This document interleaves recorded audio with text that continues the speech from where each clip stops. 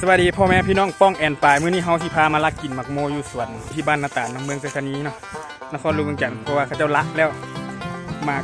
ใหญ่ๆหมากงามๆหมากซุ่มๆเขาเจ้าเอาไปขายไปแล้วมันนี้คือว่าเขาเจ้าละปล่อยให้งัวกินละงัวเมื่อกี้นี่งัวเต็มไรงัวนี่นะมาญาติกินน้ำงัวเนาะนี่ก็มันใกล้นำพาเฮามากินหมักโมเนาะที่รักประจำหมู่บ้านเนาะที่พาเฮามาลักกินหมักโมเนาะเบิ่งว่าหมักโมรสชาติเป็นยังไงบ้าง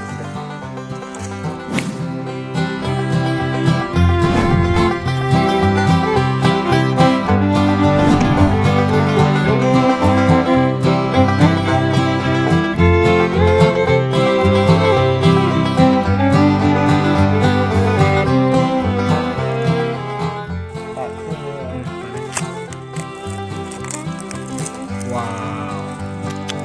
ขวดแดงเลยจ่ายวายเนาะอันนี้เป็นบางโมที่เขาเจ้าละแล้วเนาะพื้นที่ประมาณ345เฮกตาร์เนาะอยู่ที่บ้านนาตาลเนาะ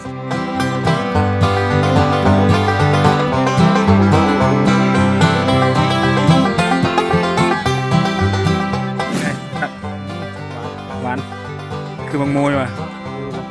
ถึงมีเนาะมี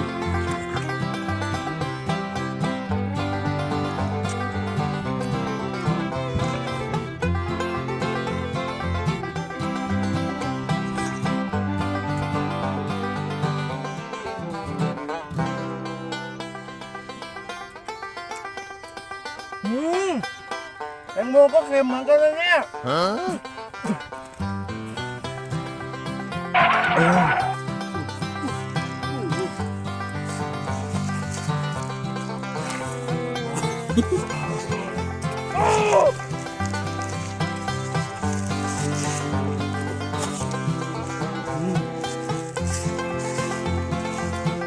แตงโมกุหลาบเฮิร์บ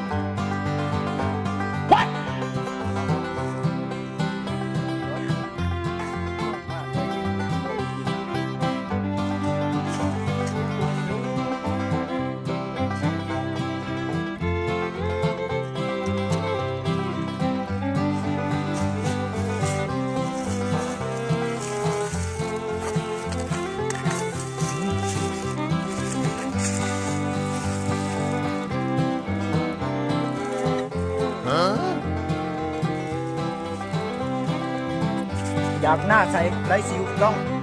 แตงโมจุฬาเฮิร์บ What the fuck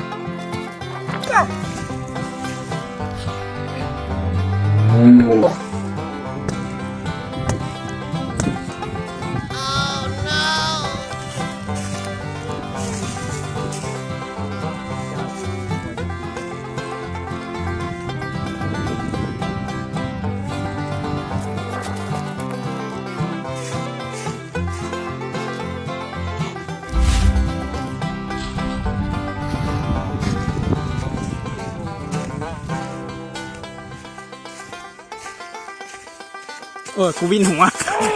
กูวินหัว วินหัว